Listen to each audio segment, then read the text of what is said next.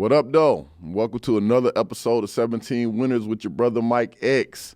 Y'all know what time it is. I am constantly bumping into new brothers and new individuals who are formerly incarcerated who have done some amazing things, and this episode is going to be no short, nothing less than that. Today, I don't even know what episode I'm on, though, right? Last time I was counting, I was on like 32.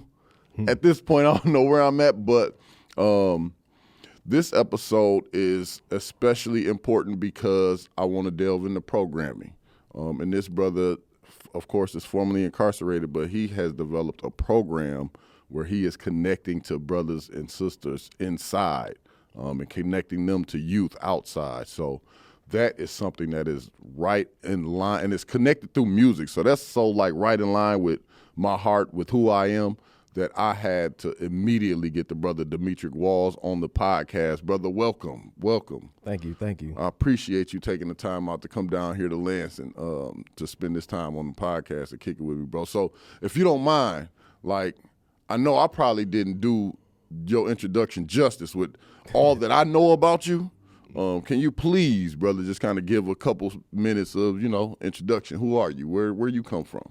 All right, so I got many attributes too. So yes, sir. Demetric Walls, also go by D Walls Can Talk. That's my performance name. Okay. Also D go Walls by Can Talk. Yeah, D Walls Can Talk, and also go by Shabazz Shakur. Okay.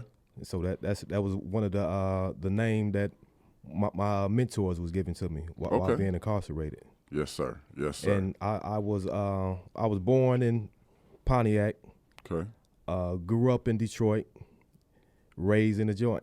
Yeah. That was something we started saying that before we even started recording. The brother said, like, I was born in Pontiac, raised in Detroit, grew up in Detroit, and raised in a joint. Yeah. Hey, somebody was like, that is a book title, brother. I'm telling you, that's gonna be a bestseller. I like the fact that you said that, though, because that's something that I often say when people ask me, like, where I'm from. I grew up in Lansing, Michigan. But before coming to Lansing, I grew up in Dallas, Texas. I'm originally from Dallas, Texas. Mm-hmm. Came up to Lansing, Michigan when I was like a young kid, about 11. But I always tell people I grew up in the joint because I did 15 years in there. Mm-hmm. I didn't live 15 years anywhere in the world. Like before I went to prison, before we came to Lansing, I wasn't 15. When I came to Lansing, I probably was here in Lansing 6 years, 7 years before I caught my case and went to the joint. So I ain't from nowhere. And this Tuesday that just passed, August 11th, was it Tuesday or Monday?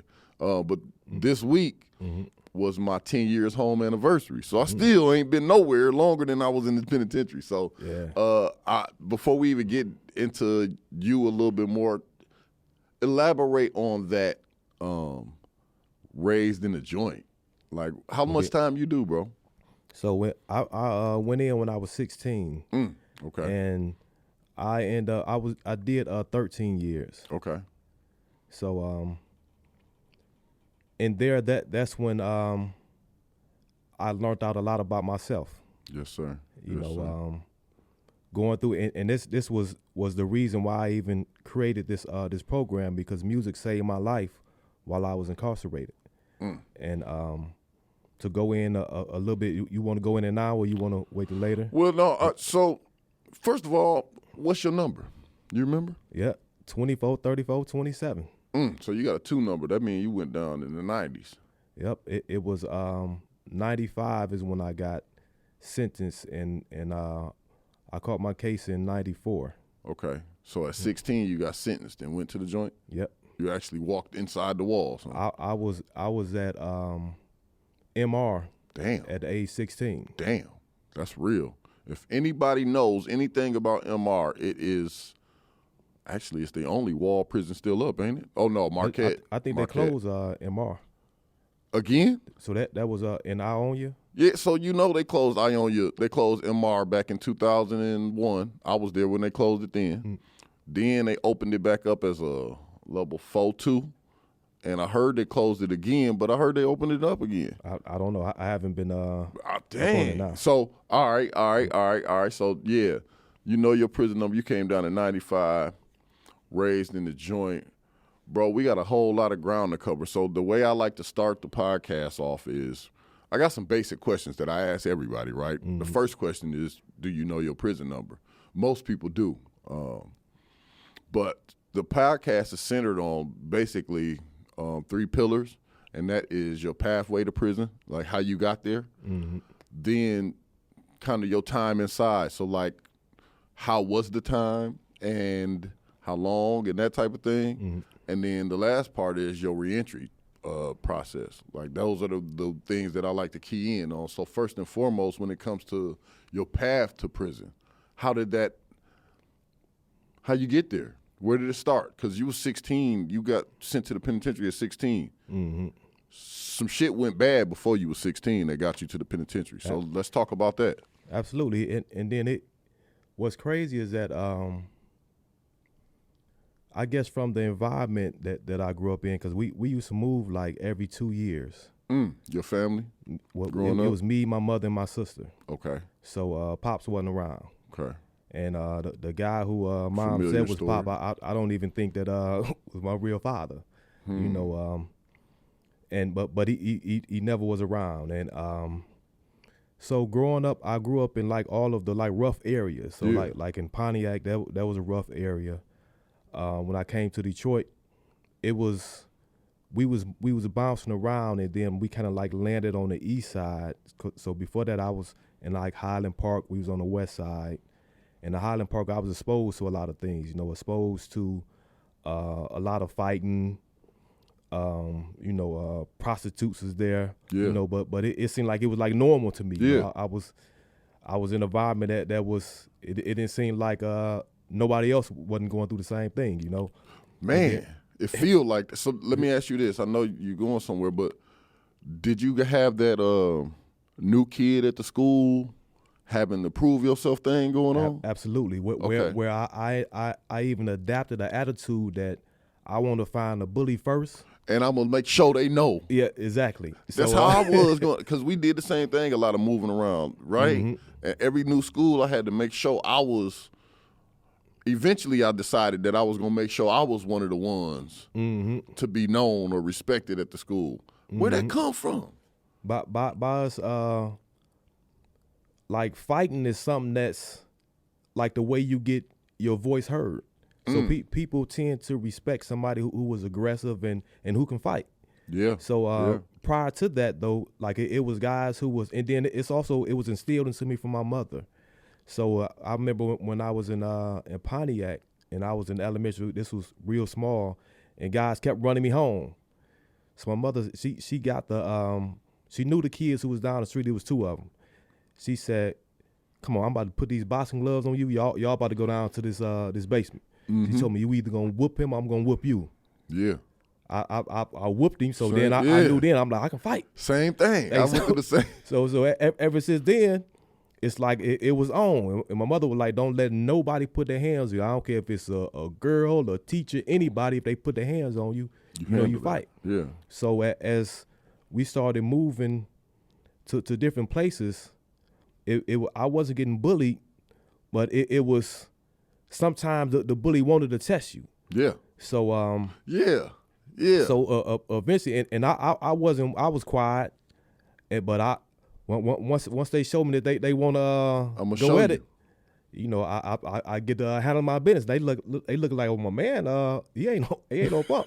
Yes, sir. And then it was like I was clever with things of fighting. Like it was natural for me to fight. Okay. Like I used to come up with things like it was a guy, he was real big, and this is when I came to Detroit, and he used to be like wrestling guy, doing wrestling move and slam them because he was big. So we on the yard, and he coming in aggressive, right? So I'm thinking, okay, how I'm gonna get my man, So while he talking, I bend down and grab a handful of gravel. So then I swung at him and I let it go in his face. Everybody think I done punched him and made him bleed. Hey, so even he was scared now because he bleeding. That's he don't even understand what happened. He don't even understand what happened. I had a handful of gravel, and when I swung and I let it go, hit him. So now everybody, ooh, he can fight. Ooh, that was a slick little move, though. Damn, I ain't never heard that. But it was I crazy. Heard throw the dirt in the face, but my mind used to think like that. Yeah. Like even wrestling moves and stuff. My mind, like I was kind of like naturally inclined to be able to fight. Yeah. And so, and then by my mother enforcing it into me, like, you know, you gonna go out there and fight, because my mother was a fighter. Okay. And mom used to be. She was gangster, you know. Man, hey, listen. So far, your story already sound like mine, bro. I swear to God, common. my mama was one of them. She was one of the ones. She wasn't necessarily a fighter. She was one of the ones that everybody knew she gonna take this shit too far. Like, you put your hands on Veronica, you might mess around and get stabbed. You might mess around and don't even make it home type. So I took on that too. Like, I might not be the best fighter out here, but you gonna walk away knowing you done been in the fight with me. Once you got in the fight with me, it's gonna be apparent on your face on something. And I might take it too far. Just kind of became my thing, taking it too far. So yeah, tell me a little bit more about the fighting thing. So you became aggressive, right? I was aggressive. Yeah. And so, like elementary, that's when I was doing a lot of fighting. So how old was you then? Like when you came to Detroit, how old was you when you finally moved? When y'all finally made it to Detroit? When we was in Detroit, I was real young. I was in elementary. Okay. So by the time of 8, I didn't experience life as like a grown up. No, for sure. So it was. That's when I came on the east side when I was 8. So prior to that, we was going around. I already was in Detroit, so we might have left Pontiac when I might have been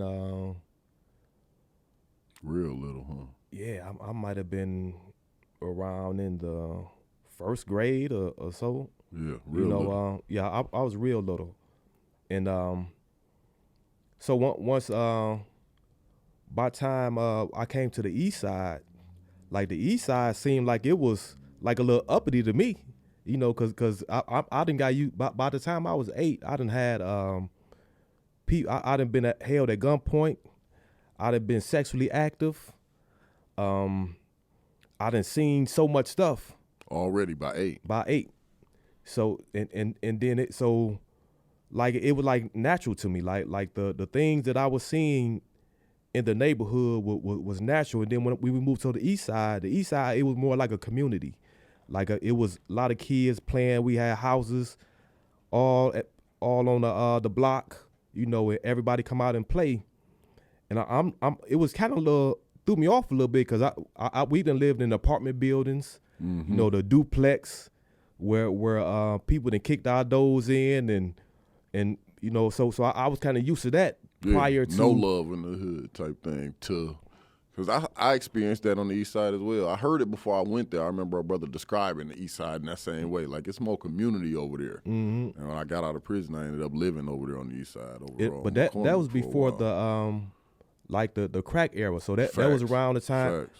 So it started shifting once the crack hit. Once that crack hit, it was all messed up, and that's what had because my uncle, he ended up getting on drugs. Like my uncle, he for a minute when he came around, he was like the hero, because he used to be like the dope boy back in the day. Because my family and them, they're from Memphis, Tennessee. Okay.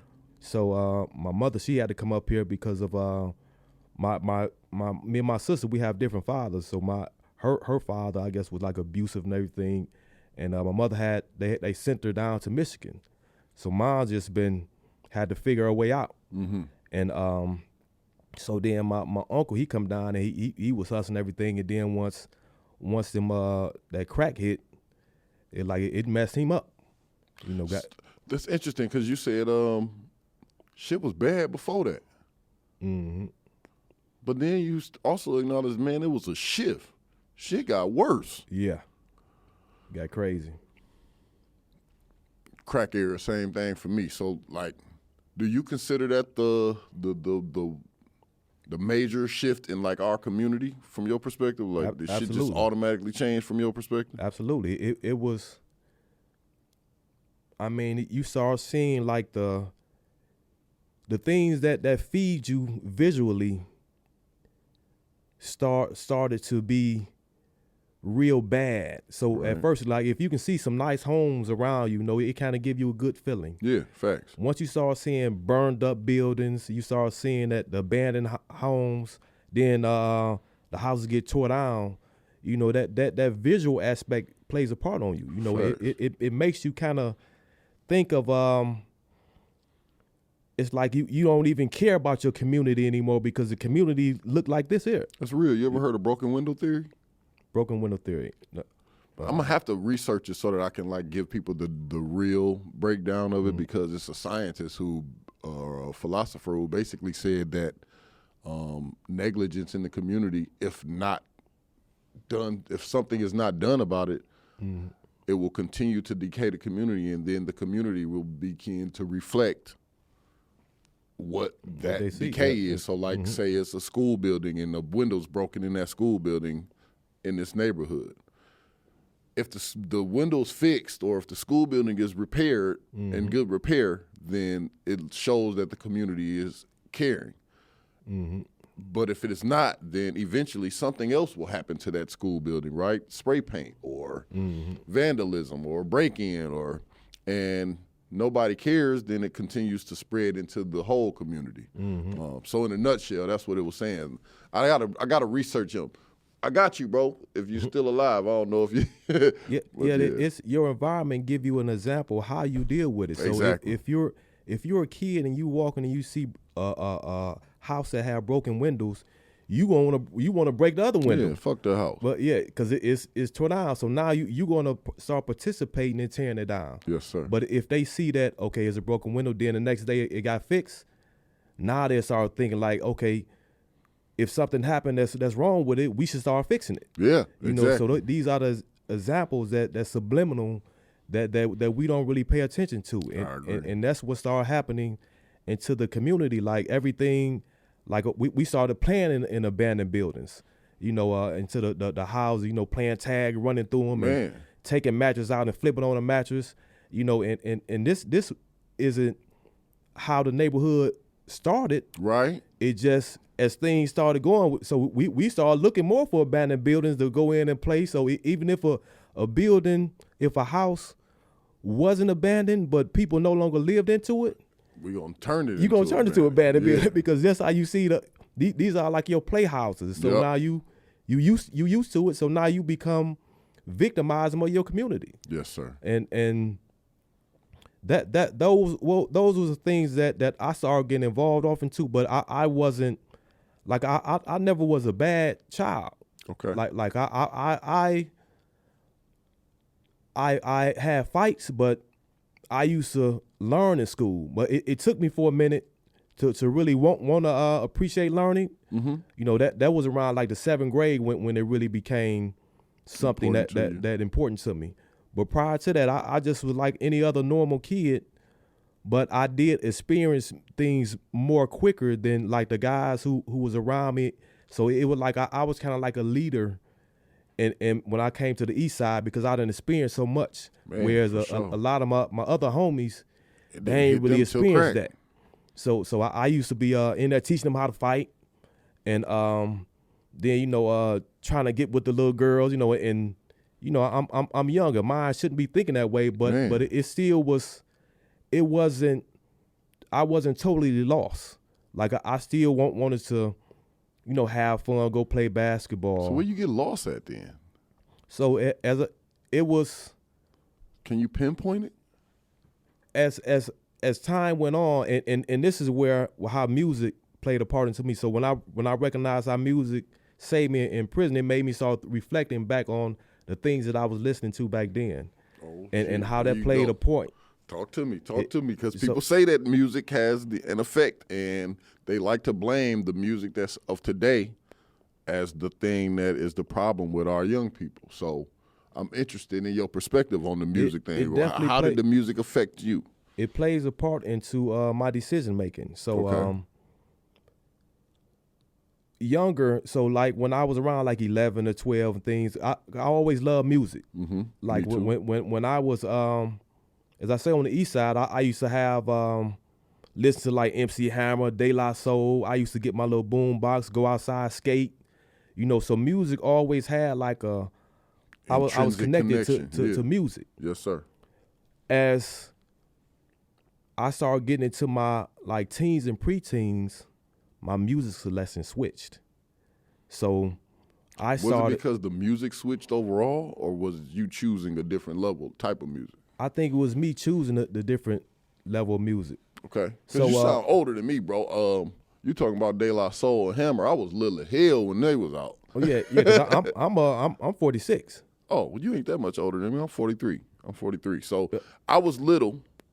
You probably was a little bit more mature to hear the De La Soul. I remember Hammer, right? Mm-hmm. De La Soul, I remember them, but I never like heard an album. So Well, that's it used to be songs. So back then it used to be a Okay. lot of singles. So like Me, that's Myself, right. and I. Yeah, yeah, So that I used to do be remember myself. that. Yes, sir. That used And, to be on. Yeah. Like even like Salt and Pepper, Push It, like all Facts, the like okay. the dance music. Yeah. Because The I used to go popular roller music. skating. Okay. So the music, I mean, I used to always listen to music. Yes, like sir. and as I say, I started seeing a shift, and it could have been the things that I was hearing, but I don't know. It was something that started pushing me towards the gangster rap, cause then me and my man there, we used to write little raps and stuff like that, and I started listening to I used to go and get like the bootleg tapes from like these different gas stations, cause I wasn't moms wasn't taking me to go get no tapes. So Sam Goody. Yeah. yeah, I go and I see one. Let me see what this talking about. So I think that's how I started getting me introduced to like a lot of the West Coast rap. Started Me too. a whole lot of rap, just outside of Detroit, and Yeah, facts. it was a shift. Like the lot of the gangster rap started giving me ideas, and then I used to tell myself like, okay, if I want to go get somebody, I'm gonna listen to this first. Like it used to be song like MC8 We Come Strapped. That was my stuff. Okay. Then even when Menace to Society came out, that was a movie that I used to watch all the time, and unconsciously the way old dog shot, I ended up shooting somebody like that when I not even telling myself, to twist my hand or even shoot, and so it was more of I ain't gonna blame it just on the music, but it was also just the things, the people who I was exposed to. Yeah. Like started seeing a lot of guys who was out here in the streets, but and some of them kept me away from the street. Like a lot of my older homies, they kept me away because they were like, man, you good, your family taking care of you, your mom's taking care of me, and they're like, we had to get out here. And those were some guys that was kind of helping me stay away from the streets, but it was more of the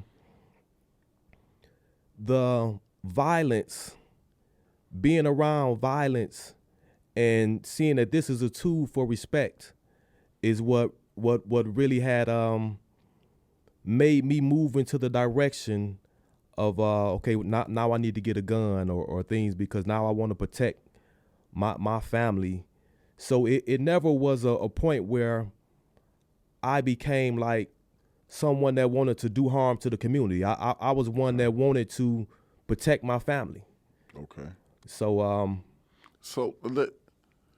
you raised an interesting point, and I'm gonna keep it 100. I personally think, you did come from that, right? But hearing you say that some of the homies will tell you, "Oh, you straight, bro. Your mama and them take care of you." I had to get out here. Mm-hmm. Do you consider yourself a had to get out there, or where do you find yourself in that lane? Because that's also a part of this whole path to prison, and where our young men are finding themselves not necessarily having a defined character. Because by some standards, I had a silver spoon in my mouth. You just told me your shit was worse than what I grew up with. I know I grew up. My mama and daddy was crackheads at one point in life, right? So I know I grew up with some shit. You just told me you were sexually active, already involved in all this before 8. So I would look at you and say, man, bro had. I really was just bull. I made some bad choices, but bro really he damn near was aimed at this shit. And you saying brothers was telling you wasn't. So what exactly is the definition of, the cut like that, or being from it, or like, is that a such thing? I say it'd be more if your family is out in there, and like say if your mother was out here hustling, your father was out here hustling, then that's when you can kind of say like, okay, you from that. But Okay. if your family is setting a different example in your household, like, hey, you need to go to school, you need to do this here. So it's then Okay. you go out here into the streets. You know, you ain't really from that. You ain't really from that. Your family ain't pushing that into the household. You That just makes choose sense. to try to go out here, or even if your family have like a good job, like my mother, all she did was work. So my sister kind of was the one who was with me the majority of the time. Like mom used to be just trying to work to try to make sure that Take we was care of good. y'all. Yeah. So and that's where like the older homies, they seen that where our house, mom's made sure that we had our own bedroom. You know, she made sure that the house was good. She would go to the thrift store, get us clothing, but you know everything was clean. And so that's what the older homie, but then at the same time they seen when I started having a little money myself. So that's when they was thinking like, man, no, you good, your family's taking care of you, not knowing that I was in, because I had caught my first, my second, it was like a little case when I was 14. Okay. And they put me into a work program where I was able to do like schoolwork and get paid. Okay. And I was good at schoolwork, so I was it getting some money. I'm getting like 200 and something. So I was able to buy myself some nice stuff. Mm-hmm. So they thinking like, oh, your family them, you good, your family's taking care of you. Yeah. But mom, she pretty much taking care of the bills, but this little Extra stuff job I gonna done be- got, that's making me all right. Yes, sir. You know, so the I wasn't in the streets. I never was. I was getting close to it. Right, right. But I never did go out and start hustling, or I didn't sell drugs. I didn't go out and rob or anything. I was trying to do the right thing. And like I got my first job when I was 13, and it was from two sisters. They had a balloon shop, Sweet Thing Balloon Shop. Okay. And they seen that because I'm like, mom's out here, she working hard, so let me go and try to find me. I need to get some money, you know, to try to help out. And but I was looked so young, nobody wanted to hire me. And they were like, come on, we'll give you like we had you come out and do a little something for us, you know. And they was in Hamtramck. So I used to go around and try to find different jobs. And this was kind of instilled in me from when I turned 12. So I'm jumping around a little bit. That's so all right. when I turned 12, it was a teacher. Her name was Miss Oyango. She seen that me and my man them, like, we was the class clowns, and we wasn't doing work or nothing like that. So she pulled me to the side, like, listen, you can be cool and smart at the same time. For some reason, that hit me. That really hit me and made me start thinking like, dang, you know, she care for me. You know, Yes, she care sir. about me. And I wrote an essay that in her class where I won the writing contest for the whole area E of Detroit. Oh yeah. I still even have it. It was called Sometime I Sit and Ponder. And I wrote about my life. I wrote about you know, I'm scared of all the drugs and everything around here, and I want to protect my mother and my sister. It goes down through there. And the teacher, she looked at it, she had no idea that I was going through all of this here. And Right. she was like, can I enter this into the contest? I'm like, okay. And I won first place.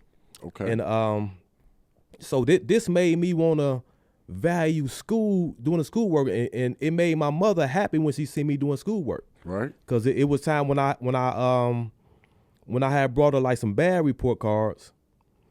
I remember she kicked me to the wall. hey mom, and I wanted to like make her happy, so that when I would bring her something good, she would be smiling. Yes, sir. So I said, okay, then I have a teacher too who was encouraging this. So I started doing school. I was getting on the honor roll.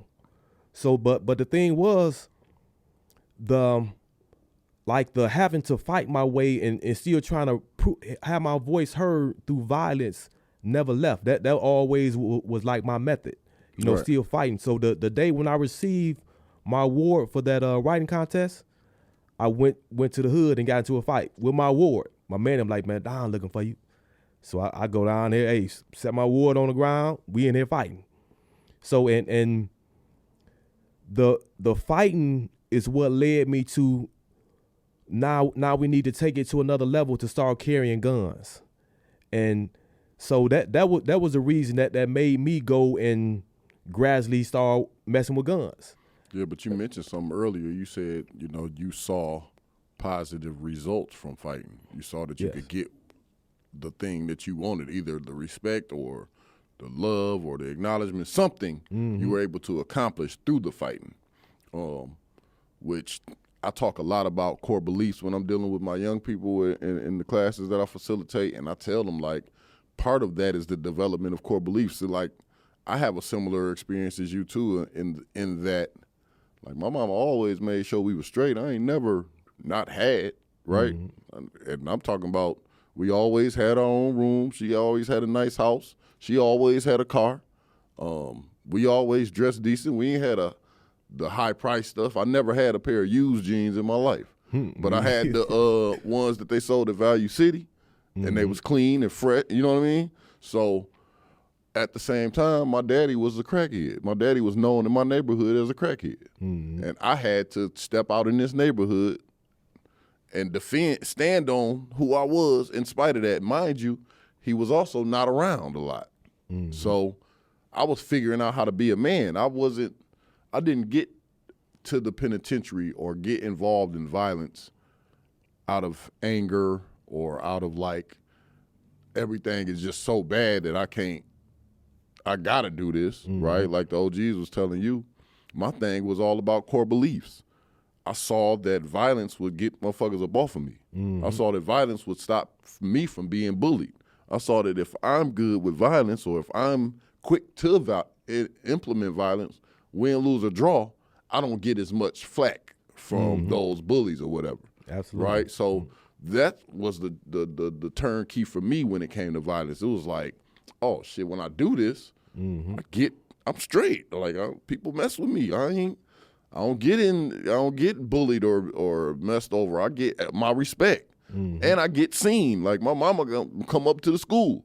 She got to come see what's going on up here, right? And I ain't just out here by myself. So I'm glad you segued into turning up with guns, though, because how you get to the penitentiary? So, mind you, before you get in there, I always like to preface that if you ain't get found guilty for it, I don't want to talk about it, right? I don't want to know about no cases that could have a statute of limitations, right? So when you say how you got to the penitentiary, just talk about the stuff found guilty, right? I don't want nobody to get this ain't Vlad TV. Yeah, I don't have no secret cases and nothing like that. Yes, so sir. Unfortunately, I was responsible for someone losing their life. Okay. And it was things just went wrong, as far as like over like he say she say, and it led to, and the crazy thing about it is, I didn't tell myself to shoot. What you mean? If you go into a situation and say and you have a gun, you pull it out and you know that, okay, I'm about to shoot. I didn't consciously say shoot. Just reacted. And this, it messed me up because I didn't tell myself to shoot. And it was a situation where from that same night when I was running, cause it was a whole lot of people around too. So they like my man mother, my second, she's like my second mother, and they was off into the streets. So the way they handled the situation wasn't more of okay, let me try to get it out the way. They wanted to go at it head on. So they wasn't trying to resolve things. They like, okay, the same way I want to fight. It's on. Yeah. And we rolling with you. so when it happened, everybody, they look like, why you shoot? And all I see is faces. I don't see bodies, and then they like run. I end up running. But when I'm running, I had it seemed like it was a movie. It was a church. We never was going to church, but I just like got on my knees and prayed the same night, but it messed me up because I was wondering like, man, I didn't tell myself to shoot, because I'm telling the person go home. I'm like, this ain't got nothing to do with you, and but because I ended up getting hit in the shoulder with a club, okay, and it was like a reflex, and so it made me start thinking, and it took me years to understand how this even came about. I mean, so when I went to the youth home, my mind was wondering like, dang, I ain't tell myself to shoot. So I was kind of messed up. Even when I was going through court, it was like I didn't even really care what was going on because I'm like, man, this, I was trying to figure out, what happened, and so through the years of me while I was incarcerated, I started realizing the things that was put into my mind and how our minds can go on autopilot. Man, for sure. And for sure. It's no different than you're not even controlling it. It's just not even controlling. And it's no different than if we sitting here and somebody come and throw something in my ear and I smack myself, and that's like a natural reflex where you're not in control. It's something that we done programmed though, because we started thinking like if a fly is around, you gotta get it out. Yep. Smack it. Yep. Because somebody can do it in your ear and you can just don't do anything if you program your mind like that. Your mind, yeah. So it's damn, I ain't the autopilot. So the things that I was listening to. So from the music, this why I came up with this here, because I knew how powerful music was, and as I say, I started thinking back how I was utilizing music then. Yeah. So the things I was listening to, from if I need to get into some situation, I'm gonna listen to this first, so I can go out here and do my thing. So that whole night, it was on the floor. So we was waiting on people to come. So I already was programming my mind like, okay, I'm about to, it's about to go down. So I'm already putting myself into this mindset. And even so, it could have been somebody else who probably was cool. My best friend, I probably would have reacted that way just off of. You just already off top. The stimulation. You didn't already teased yourself up to it. And then I recognize that the way things go on autopilot is if it's something that's unexpected. So if it's something that it's like the fight and flight. Mm-hmm. If something scare you, the things you've been telling yourself you gonna do. Naturally, people been telling themselves to run. Mm-hmm. If you tell yourself to fight, you gonna start swinging. Yeah, so that all the things that I was programming into my mind, the music of how I'm gonna handle a violent situation, then how I was, as I say, menace to society. That was my movie. Mine too. My mama said it turned me out. My nickname in the streets is Old Dog. Literally. And what's crazy is I shot the person like that. And I didn't tell myself to do it, but my hands, because I used to always watch Old Dog and like, oh man, that's cool shooting like that, and it was programmed into my mind. So when something happened when I wasn't expecting it, you just did. My mind went on autopilot. So the things that was I've been programming, it took over, and so this is why I started learning how to. I didn't want anything else to take control of me. So even I started learning about how to control how I talk. Yeah. Like the things I say, because I used to always curse, use profanity. Yes, sir. And it was like it would just come out. I'm like, dang, how come this coming out? So I started really programming my mind. Like, these are the things I want to program it into my mind. So it wasn't that I was out here doing something wrong. It was, as I say, I didn't even tell myself to shoot, but all the things that I was getting programmed from the way I'm going to handle things, and then from all the fights and all that, it was making up these decisions on how I handle conflict. Yes, sir. And then, unfortunately, a person had lost their life. Yes, sir. So how much time you get? I know you did 13, but how much time was you sentenced to? Was you sentenced to 13? I got 10 to 20. Okay, you got 10 so to 20. it could have been a chance that I would have had juvenile time. Okay. But trying to follow the street code, because the homicide came and got me, and they were like, oh, what happened? I'm like, I don't know nothing, I ain't seen nothing, I ain't heard nothing. Right. So for every question they asked me, that was the response. If my mother wasn't in there with me, they would have whooped me. And but I wouldn't have, I could have explained the story because it would have, it was borderline like a self-defense.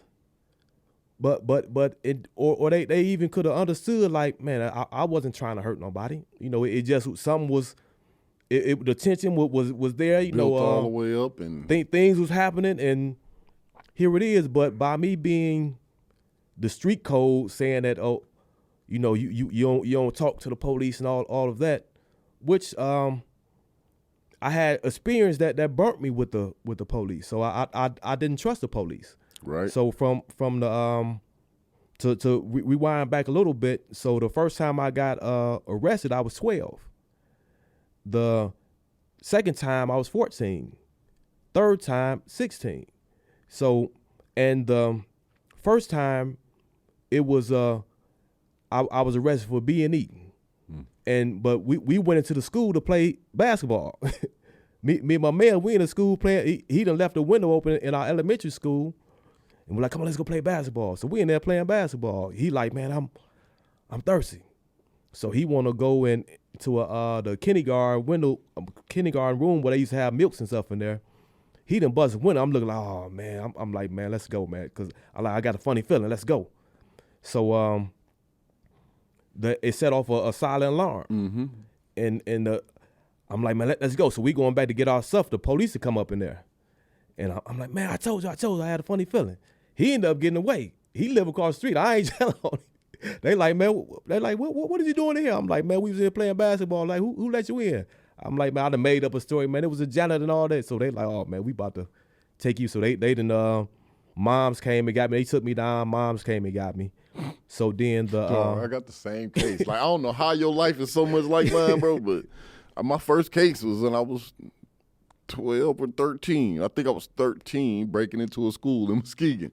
I was there on the weekend with my cousins. We broke into a school looking for beepers. Well, we just going to play. So if we wasn't going to look for nothing. Yeah. You know, well, I wasn't going to look for nothing. Yeah. And so then the second time, it was for facsimile firearm. So it's a fake firearm. And what happened was, and this was crazy, because I had a BB gun, a black BB gun, and I wanted people to think it was real, you know, in the neighborhood, and it was some little kids. They was because I'm riding my bike, I got my little BB gun, and we done moved from the east side, but I always come back over there to my neighborhood. And so I'm over there, and I done rolled my bike over here, and I'm sitting down on the bike, and the little kids kicking my bike. I'm like, man, y'all stop. I don't even know the little kids either. They just little kids that be around. And they're like, man, and they kicking my bike and all that. So I pull my BB gun. I'm like, y'all stop. So they're like, ooh, let me see. So then I'm like, y'all gone. So I put it back in there, put it back in my little waist. So this here was like 2 hours ago. Now they got an older sister. They down here about to fight. Some girls. Me, I'm like, I want to see a fight. So I go down here and I'm on my bike watching. So they arguing and they mama come out. The mama come out like, what's going on? So they like, oh, she talking about this here, then little kids, and he got a gun. Damn. Hey, so they like, he pulled out on us earlier. They mama like, you pulled a gun out on my, so she didn't call the police. I'm thinking like, hold up, hey. I go and I put my BB gun away. I don't want to tell her like it's a BB gun. Right, because then it's going to blow my cover. It's going to blow my cover. Hey, so I go, I see her on the play like, yeah, I got the gun. So I go and I go put it away. And I'm thinking like, oh, ain't nothing going to happen. They didn't call the police. The police come and it's a brother. So by this time, I ain't had really no bad experience with black officers. You know, I done seen bad experience with European officers, you know, how they done treated my mother. So the black officers, you know, I got a little bit more respect for. Right. Into this. So they like, there go the little boy right there. So it was a brother officer. He come and he grabbed me, take my bike, put it into the trunk, handcuffed me, put me in the back, and then he talked to me like, he said, man, you around here pulling guns on people. He said, I would have blew your head off. Cause he asked me like, what's going on? I'm like, man, I'm like, man, it was just a fake gun all day, man. I would have blew your head all right. So I stopped talking. Immediately, I shut down, and I'm like, man, Ace, I don't like no police. Mm-hmm. So now when 16, when it comes around, now my trust had already been broken with the officer by him saying he'd blow my head off.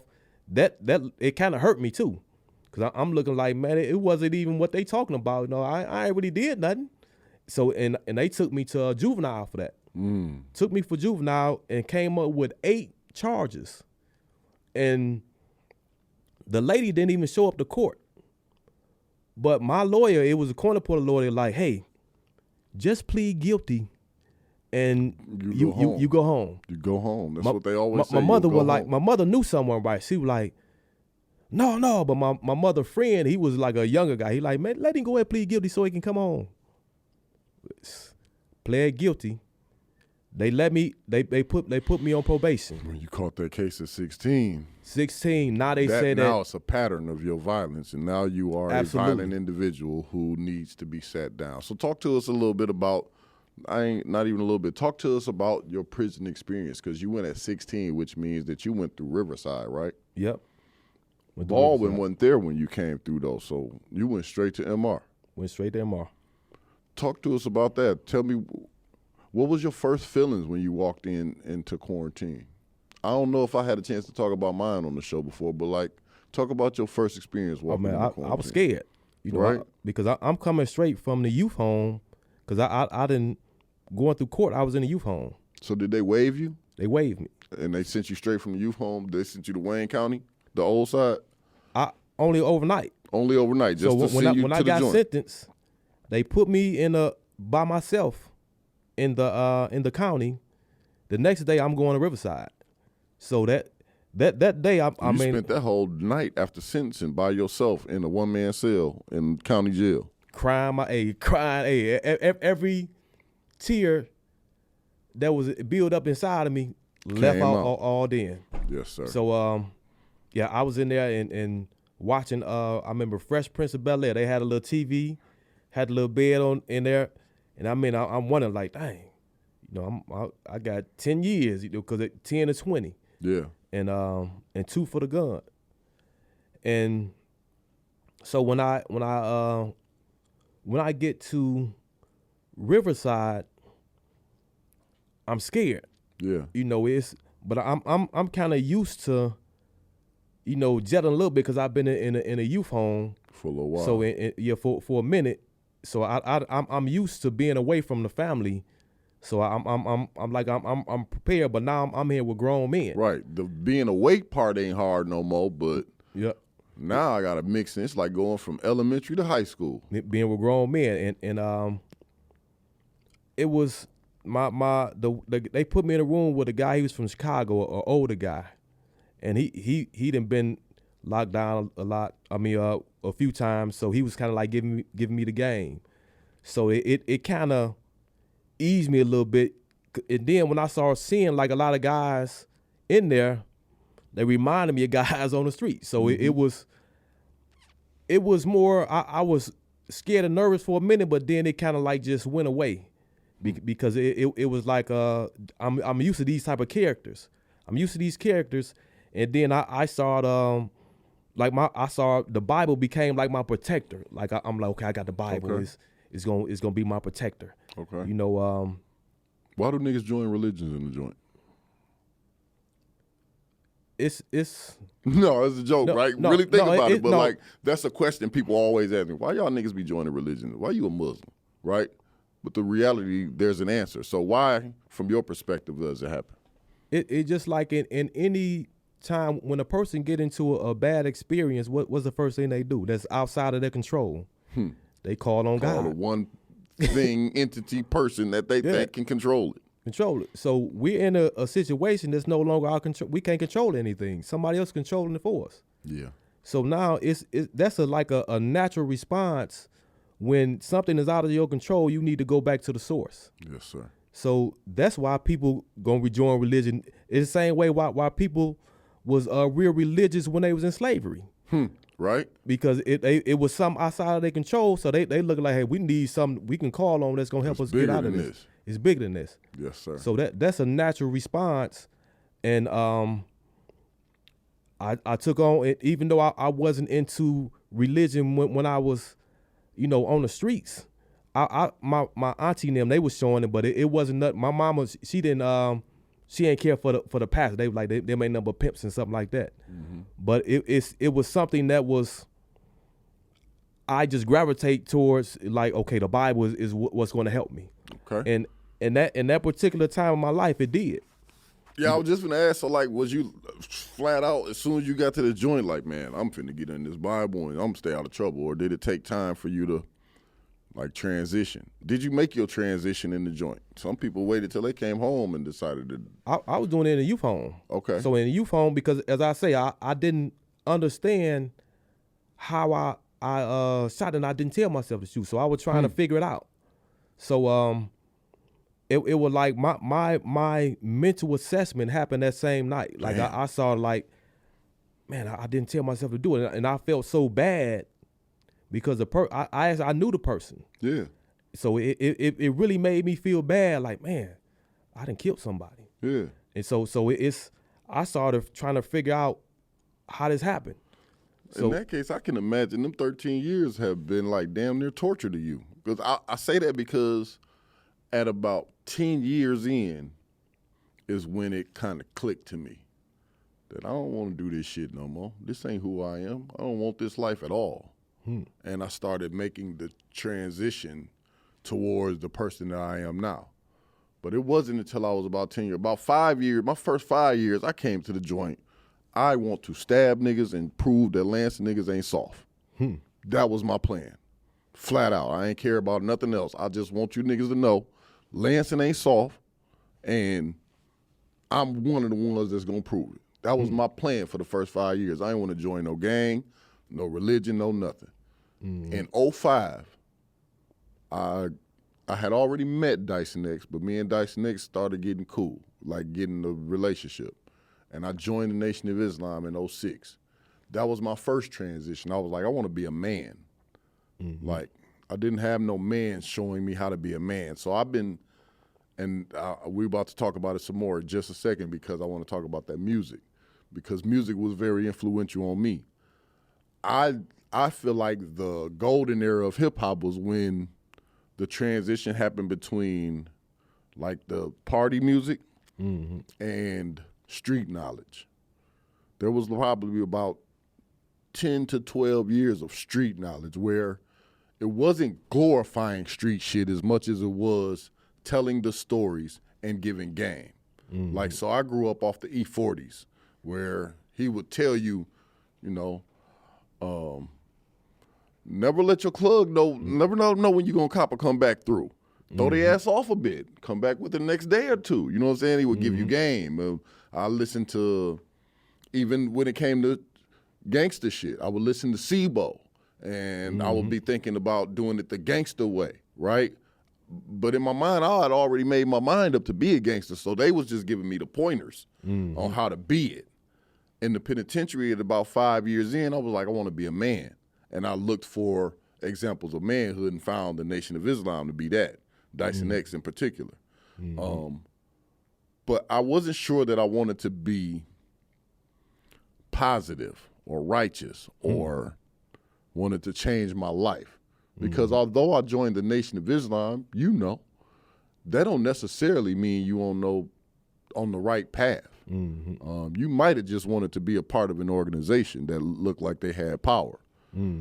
I was on the path of manhood, and I felt like that was where it was at.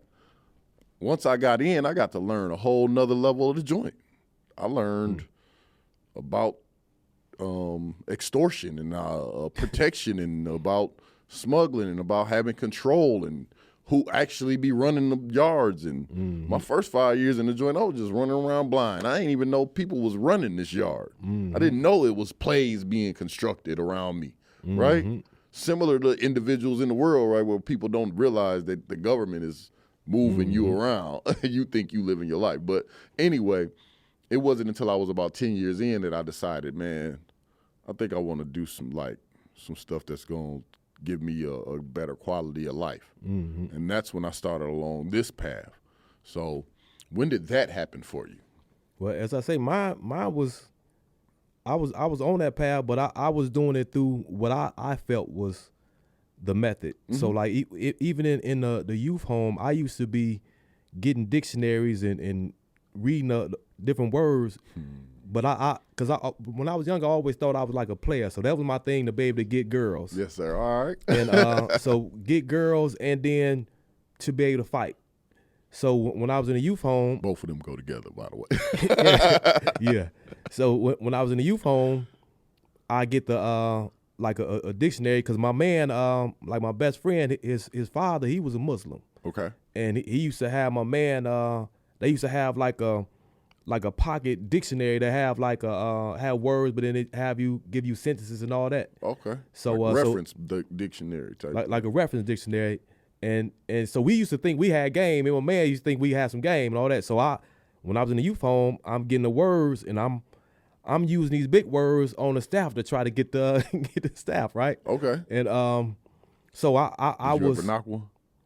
Well, they used to bring me stuff like candy and stuff like that, you know. So they liked me, but you know, I didn't get to the point where, you know, well yes, this is my girl here, you know. But sure. they did like me though, and but that I was teaching myself and learning, and I would read the Bible. So the Bible was that which I felt was trying to help me become that person I wanted to be. Yes, sir. And like even when I came to MR, the Nation of Islam was on me because of the way I always. Solid, yeah, I was gonna say you look solid. If you standing on your business and you got integrity, the brother's gonna come. And I used to dress like I was in the Nation. Okay, like clean cut. I used to clean cut, you know, 'cause I'm young anyway. I ain't got no face here. Yeah. I used to tuck my clothes in and.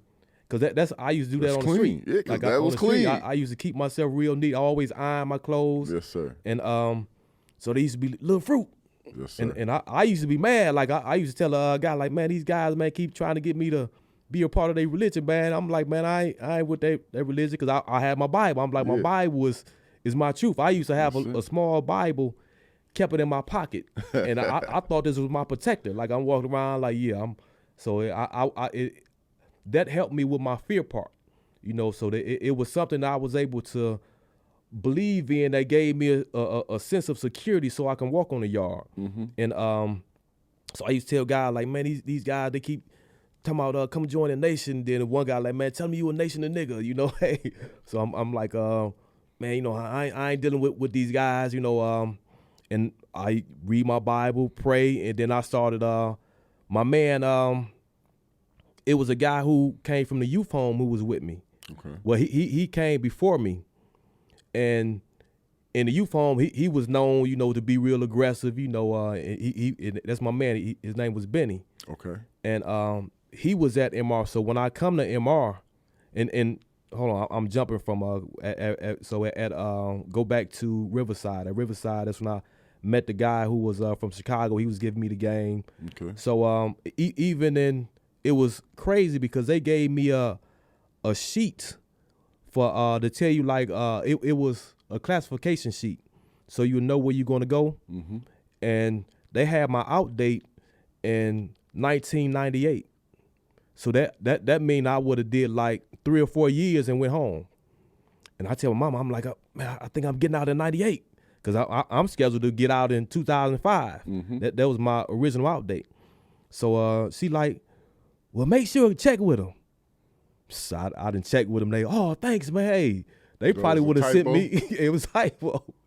They might have would have let me go early. But what's crazy is around 98, that's when I really came into understanding myself and then understanding how the things I was putting into my mind made me make the decisions that led me to being incarcerated. So it was like everything happened for a reason. Yeah. And so to fast forward, so once they classify me and they send me to MR, I'm nervous, but then I see my man's. I'm like, okay, that's somebody I know. And this is even when I was younger. All I needed was one person who I felt had my back, and I felt like I can take the world. Yeah, for sure. And it was my sister. For sure. So anytime like it was to go back, it was a bully. He was like a little big guy, and this when I'm coming to the school, and we in a lunch line, and my man, he only know he hit me with a 2-piece in the stomach, like boom, let me get in front of you. So I bag back. I'm like, go ahead, get up in front of it. But I'm plotting when I'm gonna get him now. Yeah. Cause he little big chubby boy. We in elementary, so it really wasn't nothing. But I got my sister with me. Well, my sister give me the confidence in the world. So when I sing, my sister with me, I go ahead and light him up. He run, he's scared. That's all let me know that people really not how people may think they are. People think, oh, he's a tough guy. No, you ain't really tough, when somebody make you and show you that you ain't tough. Right. So when I get to the fast forward to at MR, when I'm walking, I see my man. It gave me the same confidence how my sister gave to me, cause I know he gonna ride with me if anything go down. So, but I ain't trying to do nothing. I'm trying to be peaceful. Yeah. I'm reading the Bible. I want to be an example. I'm reading the Bible every day. I'm praying. I'm like, man, I'm trying to figure out, how did I even get here, But as we going through, in that environment, you started seeing a lot of things. You started to recognize a lot of like racism. You see it when you're younger, but you really wasn't up close with it. Yeah, for sure. And you started seeing like a lot of guys run games on people. So I didn't talk to a lot of guys. I kept to myself. And it got to the point where some guys was mad I wasn't talking with them. Because they seen that God, they recognize that it's something in you. Like, my man, he seemed like he cool. And then when they come and try to talk, I'm looking like, I ain't trying to talk, They was getting mad because I wasn't talking with them. Yeah. And I used to sit back and I used to, because at MR, you been to MR? Mm-hmm. So with the gate, you got the bars. So you hearing everything, the conversation is going on. So it was guys who was my age who, like, we all come together. They young, I'm young, and I'm hearing a conversation with the older guys having with other guys, the young guys, and I'm hearing how they talking to them, and I'm just peeping out the conversation, and this older guy like, hey man, young dog, what size blues you wear? So the guy, I had a young guy, man, I wear 34. Yeah, we gonna get you some 32s. So I'm hearing all this, so I'm looking like, man, that ain't I definitely ain't going for that, So I was learning, and just by listening, and then it was a time where it was. Well, I think I was on J block. It might have been I block. So they ended up moving me from downstairs, moved me upstairs. And guys don't know how old I am, And it's a guy. He's on my right. He's actually part of the Nation of Islam. It's a brother, and this kind of made me kind of get away from, was kind of look bad at the Nation, because how he was. Like he didn't have anything. Mm-hmm. Like my people, they was sending me money and stuff, and he was like, hey man, can I borrow some toothpaste and all that, Which ain't nothing wrong with it, but it just, I'm thinking, like, if you part of this organization, you supposed to be straight. You supposed to be straight. Yeah. So and it's from somebody on the outside looking in. They looking like, man, if you ain't taking care of this, this ain't for me. Yeah. But then we started having this nigga bulls. Yeah. Whole time this nigga been messing with boys or something. He ain't got no love in the house no more. Yeah, but I don't know what he was doing. No. But nobody does if they're not in. Yeah. But the thing is, we started having conversation, because he was cool. I gave him toothpaste and stuff. Yeah, for sure. But we started having conversation about religion. Okay. So he trying to get me to convert over. And I'm telling him about, the Bible is this, the Bible is that. So, like anything that he was saying, I'm like, the Bible, because the Bible said. Mm-hmm. And the guys on the hall, they said, man, look, how old is you? I'm like 16. They say, oh, that's why, because the things I'm saying don't make sense. Because and this is from a person who didn't understand the Bible, didn't understand. So anything they saying like, okay, what's gonna help you? Oh, the Bible says gonna help me. Anything that I felt that I didn't understand, I just hit them with the Bible said it. What they like? Well, show me in the Bible. Well, it's in there. I believe it. Right, you know, right. You don't really know. I really don't know. Yeah. So they recognize, oh man, you 16.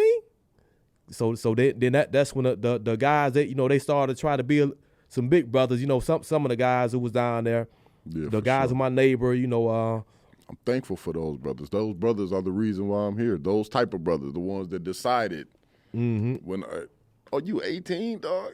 What did you? Come here, man. You know what I'm saying? So I appreciate them, yeah. But even then, I still was like, because I always had trust issues. Like since I was, even from my uncle, by him getting on drugs and stuff like that. And he come, him and my mother having hammer fights. Like he kicked our door in. And this is he was the reason why we got held up at gunpoint, when I'm 8 and 7, because of the things he was doing. And then from him vandalizing the house and stuff like that. So I had trust issues. Yes, sir. And so I never, even the guys who was claiming like they was cool, I'm like, I don't know y'all. We I'ma still keep y'all to a distance. We kick it and we clown a little bit, but I never was real cool with them like that. Yeah. And only one I'm like, my man Benny, that's my man's. But he was in a whole nother block, and we end up working in the kitchen. I ended up getting a job working in the kitchen, and that's what me and him had. We got on the same block, and I was pretty much, we just doing our time. Yeah. Doing my time. I wasn't trying to get in no fights. I wasn't, and nobody wasn't messing with me. We being working in the kitchen. Me guys are always aggressive, so we had to figure out a way to be able to get our aggressive. We in our wrestling and stuff like that, and then it was one experience where what made me start working out, because I was trying to play basketball, and at MR, you get to go to the gym upstairs, and I'm young. I go down there. Upstairs dangerous though. Dangerous. Hey, so that gym upstairs dangerous. So and this is almost got into it on the court. So I go in there and I'm like, it's my next. So I'm about to get on the court, and then it was some Atlantic guys. Some older guys, like, man, it's my next. They like, it's my next. I'm like, no, it's my next. And it was another guy. He like, oh, it was little dog next. And old boy like, no, it's my next. I'm like, man, you ain't about to take my next. So then old boy said, again, man, it was little dog. It was little dog next. So my man like, don't get little dog into something he don't want to get into. So then my man tell me, no, go ahead, chill on out. Let my man get the next, So then I'm looking like, so what played in my mind like that Pac song, I'm about to get my weight up with my hate and pay him back when I'm bigger. So I went over, started going to the little weight area. I'm like, man, forget basketball. I'm gonna be over here. I'm working out, and that's what made me start focusing on getting my weight up. Yeah, so you did your 10, you did your 13. You did your 13 during the tape box era. How was your tape box land? Oh, man. Because you talk about music and the program. I want to talk about the program and why you decided to build this program, because of how valuable and how impactful music was in your life and while you was in the joint. So let's talk about music, bro. I like talking about music because music is my thing in the joint. I was one of them three tape box guys. I come out on the yard and bust my tape boxes open on the yard. So how was you laying on the tape box? Yeah, I had a full locker, full of the top tape. Tray. Yeah, the top tray. I used to order all the songs, and the music was like it was giving me game on how to deal with females, even how to deal with certain situations on the inside. When you go home, 06? I went home 07. 07? 07, yeah. So it was. Oh, you went home right after Jeezy and stuff, huh? Right after Jeezy and them dropped. Yeah, after they was dropping. So in there it was by that time my music selection had switched. Okay. I liked the Jeezy then, But you know, it was more. I was listening to like Dead Prayers and Tupac. Okay. You know, Tupac is gonna be forever a staple in the joint. I don't think he's ever gonna not be the top rapper in prison because his music was damn near made for that experience. It was struggle. It was struggle, yeah. So I think Pac gonna always be all right. Pac, Dead Prayers, I was picking like all the songs, all the music I would listen to on the street too. Okay. So I had got Snoop Dogg because that was around the time when I got locked up because I was listening to Snoop first tape was still hot. First tape that still hot. The Scarface. Strictly for My Niggas was out. Back then, actually, I didn't even like Tupac then. Oh, for real? Before I got locked up, I was on Pac when he first dropped. I always been on Pac. And what was crazy? My man's he was on. I'm like, man, I don't like him, man. And that's actually I was kind of hating on him. Scarface, The World Is Yours album, though. Scarface, The Diary had came out like in '94. That was The Diary in '94. So World Is Yours was '92. Yep. So that was my favorite. The E40, the Captain Save No, that used to be my stuff. Yeah. I had that. And then like it used to be all the songs that was. Well, you missed the Loonies. That was I got 5 on it. You missed so I had that in the joint. So in the joint. I'm saying you missed it in the street. Yeah, so I had a whole collection of stuff. I would listen to Jermaine Dupri. Yeah. Like all the stuff I thought was hot, I would listen to it. So what made you start working on a program or build a program that was so interconnected with music? Why so music? Because music, how music saved my life is like through the time while I was doing my time, because I was getting bounced around different prisons. I even went down to. I was at MR. I went to MCF. For MCF, I went to Virginia when they kidnapped. You was in that crew, yeah. Yep, they kidnapped us. Went to Virginia. That was a time. Yeah, we need to have a whole podcast because we ain't gonna have enough time to talk about it on here. We wind it down on time here, but we need to get back together, talk about that Virginia because Virginia was crazy. They sent all y'all down to Virginia. What 97?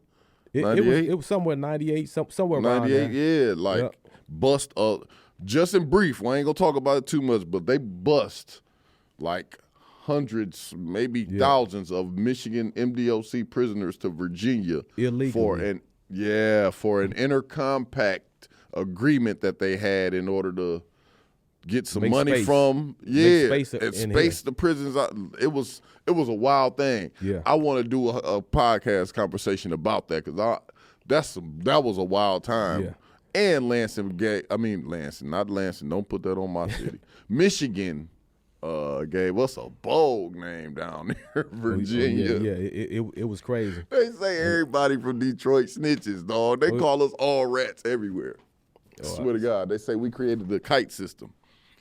If it was not for us coming down to Virginia, they would not have a kite system. I definitely want to have that conversation. I was down that clown because I was angry that they kidnapped me. For real? Yeah. Down there tripping? Yeah, I was going back and forth to the hole and stuff. Okay.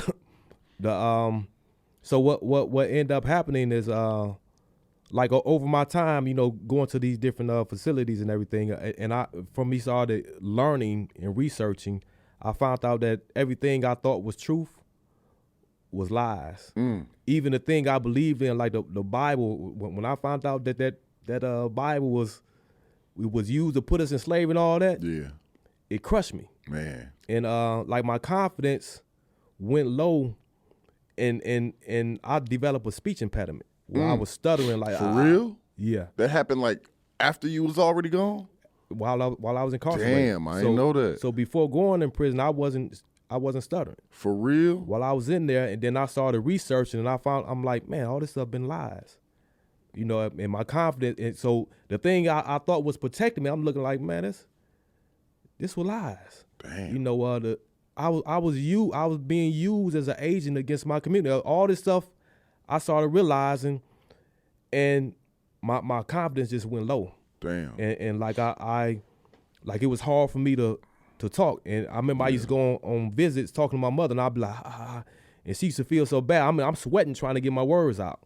And so I'm on the yard one time, and it's some guys out there rapping. So by the time I've been rapping since I was little, and I come to them, I'm like, I'm stuttering like, I rap too, And like, go ahead, spit a rhyme for us. I say my rap. they started laughing. They said, we thought we was going to hear Sweet stutter rap. I'm like, dang, I ain't stutter when I rap. I ain't stutter when I rap. So then I used the music to overcome my speech impediment. I started writing my raps, and then I also used the music to the things that I was reading. I would put it into a song, and it made it more relatable. So it was, actually, I became my own father with music because it was, I would write a rap, and then when I read it back, I'm like, dang, I said that? You know, so the stuff that I was reading and I started translating it into a rap, it started making it more relatable to me. So I was teaching myself with my music. And that what made me go back and start wondering, like, dang, how was I listening to music when I was little? And then start seeing the transition. Like, at first I'm listening to MC Hammer, I'm listening to all these people, and then as I started getting older, I started listening to, all the gangster music. Yeah. And I noticed that my mindset changed. So I'm like, dang, it was influencing the way I was thinking. So I had used music to overcome my speech impediment. I started doing shows. It started giving me my confidence back. It started giving me hope. Like, man, I can go out here, I can do music. Because guys, when I did a concert and that, guys were like, man, let me be your manager and all that. So that gave me confidence. Yeah. So that was like the foundation for Motive. Because I started seeing how powerful music is. Okay. And then when I came home, I started getting out here trying to do music. Me and the brother Yusuf Bunchy Shakur, we had opened up a community center over there, right where he got his mama Aku. We was around the corner from there. We always in his neighborhood. Okay. And it was a bookstore. We was selling African art. It would be like for people to do a speaking engagement, and then it had a recording studio. And so we used to have Freestyle Friday battles. Okay. So, and all music was my thing, so I was running all that. You know, I learned how to make beats and stuff using the computer. I even started teaching children in a workshop how to make music using the computers.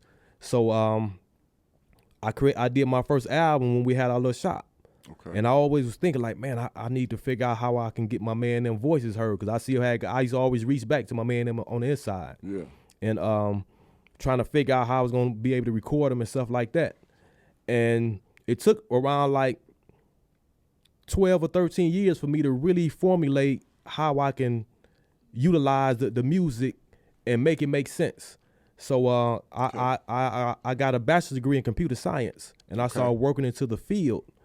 And I worked into the field for 13 years, just like I did 13 years on the inside. Yeah, fact. I worked into this field for 13 years where I became a software test manager. Okay. And I became an expert at understanding the life cycle of a product. Yeah. The life cycle of a product is meaning that you have I think me you talked about this here. Before, yeah. So when you have a product, and in order for it to for the next release of it to come out, the previous one have to go through rigorous testing, and they want the negative data. The negative data is that which is going to make the improvements to be able to release the next model.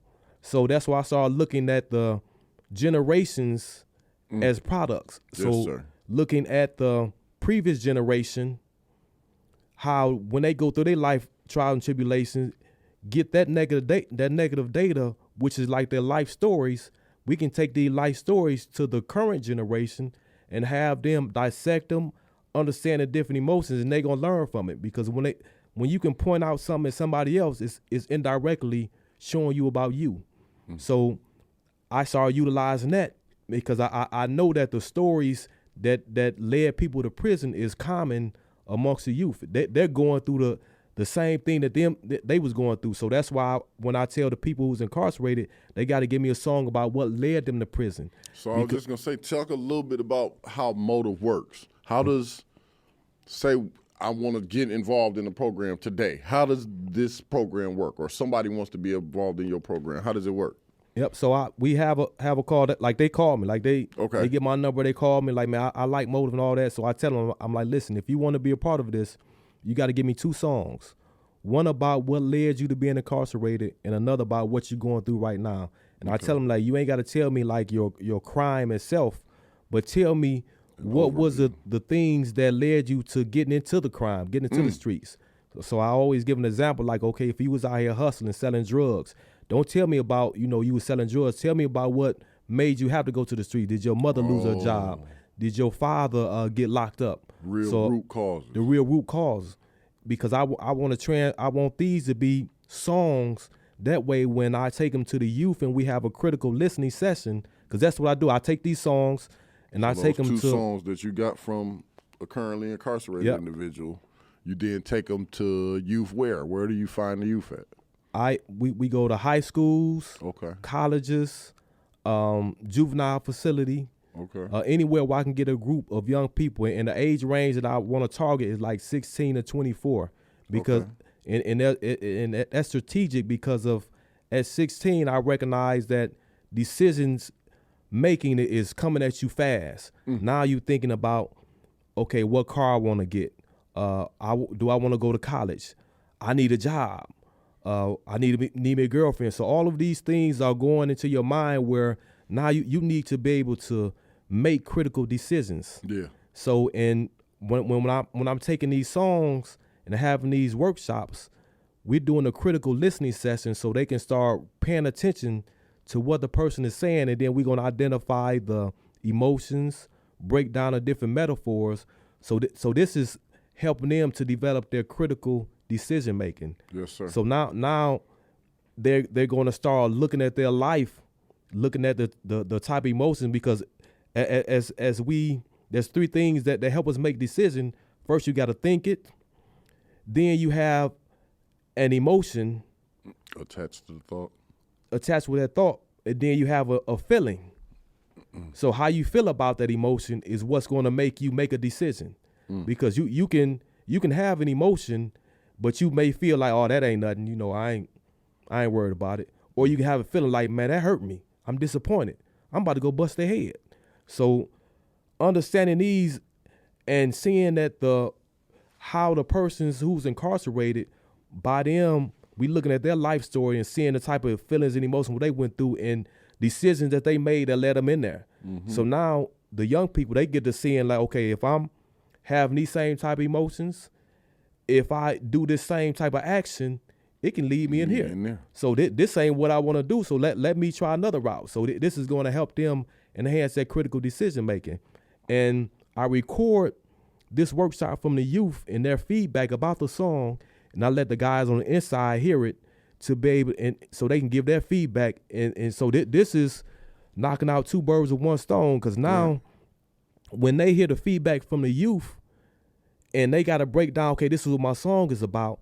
Now they got to start thinking about their childhood, thinking about what they was going through, and start dissecting it and try to give advice.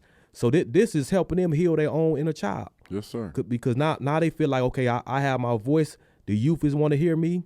And now I need to start thinking about, okay, how was I thinking when I was going through this here? Yeah. So then I record that, take it back to the youth. Let the youth hear their feedback and hear their response. And then I help the youth learn how to make a song themselves. A song based off of the emotions they identified into their songs. Okay. So if they said that this person was sad or disconnected, okay, now I want you to tell me about a sad or disconnected experience you went through. Or if you haven't matched their experience. Or if you haven't been through it, I want you to tell me about somebody else who's been through it. Or maybe you've seen something. This is to help them to understand those emotions and understand how they operate. Gotcha. And then to be able to recognize that our bodies are not a coffin.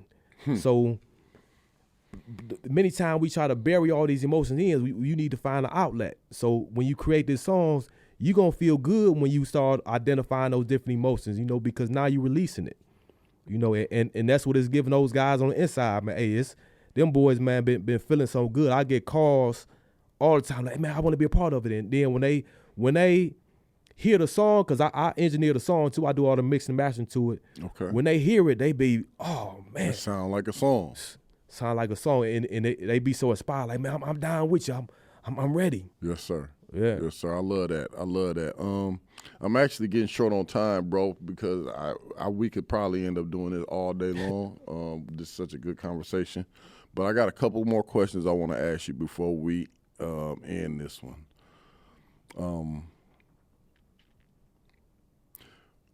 What was the biggest lesson learned inside? The biggest lesson learned was that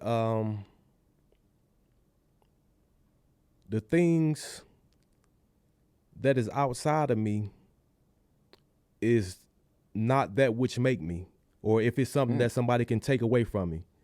So and that was like one of the things that made my confidence go down too, is because the things that I value and thought what made me was a man, you know, then was having money, having girls, you know, dressing good. And when all that was taken away from me, I'm left naked. Like, okay, who am I now? You had to build yourself back up. Had to build myself up. Can't be taken from you. Can't be taken from me. So that was like the lesson. So now you can put me in any situation. I feel like I'm going. I'm me. I'm good. I'm successful. And then also understanding the power of thinking. Like everything we see around us started from a thoughts. Facts. So Facts. And then from me studying myself, it's like I know everything around here. So and this is what actually helped me when I came home, because I'm able to flourish in anything, any business, because I understand that the business operate the way our body operate. So it's like even cars, the way they put together is how everything is fashioned after us. It's fashioned from a thought. So by me studying myself, I've been able to be successful in whatever I do. Go to school, like even when I got on my job, and they was wondering like, man, how's this guy? How's he finding these issues? Because you got to find issues in the product. Yeah. So they was wondering like, how's I'm so good at it? Because I done spent 13 years finding issues within myself. Yes, sir. So so it's easy for me to do this here, and they was wondering, and that's how I started excelling on the job. Yes, sir. Anything that I was doing, I'm able to do it because I started realizing that all this stuff is based off of me. It's based off of a person. Yeah. So I done studied myself, so I'm good. Yes, sir. Man, I appreciate that, bro. That was a word. That being said, man, I appreciate y'all tapping in and continuing to follow. Make sure y'all like, subscribe, comment. Go to my social medias and follow me. Bro, you want to tell them your social medias? Yeah, it's multiple. I have, for my nonprofit, it's Motive. It's Motive dot Music Therapy 22. Also, D Walls Can Talk. That's DWALLSCANTALK. And then also I want to plug into I co-produce a relationship talk show called Heart to Heart. Okay. You can follow us at Heart to Heart HEART number 2 HEART RTS. Also, I have a food truck too. Have a food truck. It's Turkey Heaven. Multiple hustles. Oh yeah, I'm here to serve the people. And the TV show I'm gonna watch, but the turkey. The TV that's in person. So we do live shows. It's based on relationships. So Man, y'all got turkey burgers? That's my thing. Every restaurant I go to, if they got turkey burgers, I want to try them. I'll be trying turkey burgers all over the country. I guarantee you, you ain't had one like mine. And I'm the cook. Oh, it's on. So I'm cooking on there, and everybody who done ate on there, they were like, man, this burger is cold. This is the best turkey burger I've had. I'm on you. I'm on you. Yeah. All right. Well, yeah, appreciate that. And with that being said, man, appreciate y'all for tuning in. Free the real. Keep the rest. Peace. Oh, man, let's get us a flick in. See if I can get let's go right here. I use my phone. Oh, you know, I got a tripod somewhere too. I ain't tripping. I also just got a computer and a damn Apple Watch. This will work too. Let me see. Take the picture from there. Mm-hmm. See what it looks like real quick.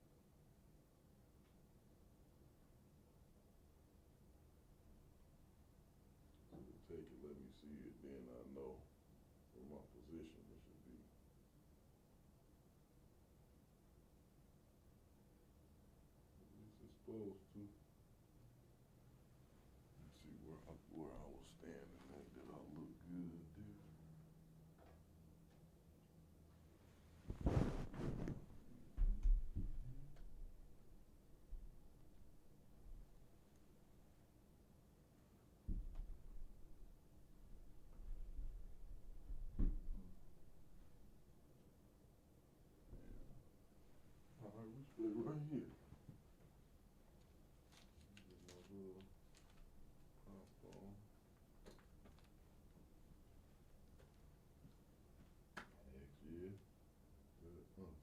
how it's gonna look. So I hit another one.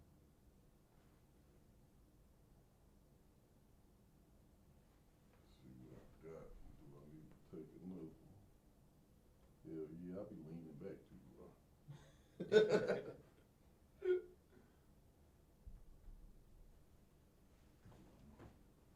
Man, that's a sweet ass fit too. I'm just to tell you that, bro. You fresh as hell.